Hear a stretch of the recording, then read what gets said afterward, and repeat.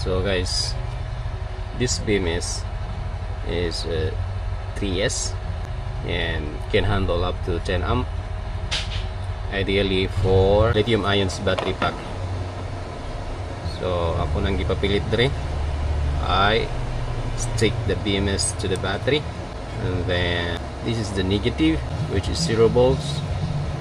B1 means 4.2 volts, B2 8 volts, B battery plus for 12 volts.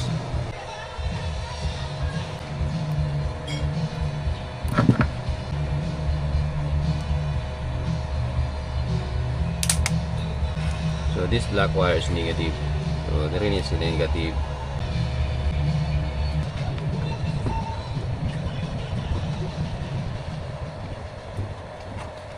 Tengah tulisan baik. Ini bukan.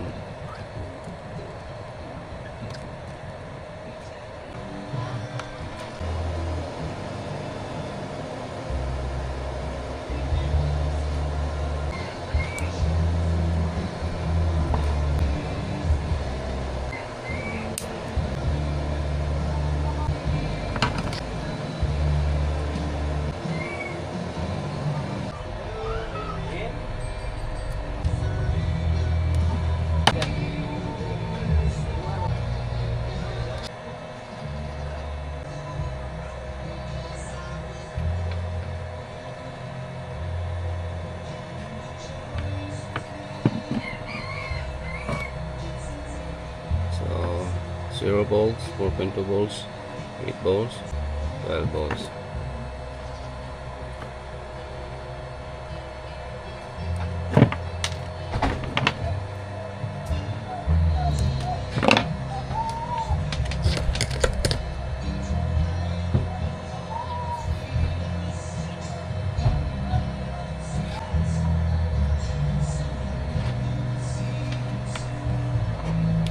So, i-check na to kung tumabay voltage out from BMS.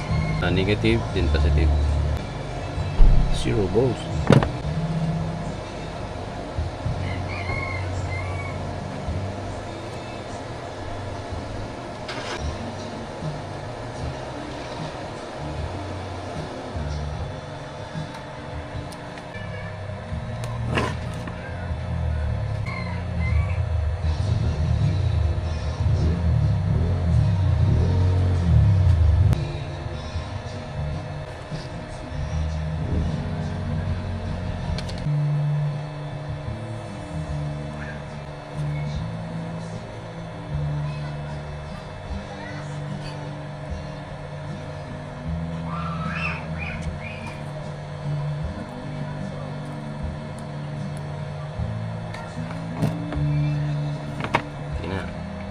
Ini siya protection ni para di ma-short ya. Yeah.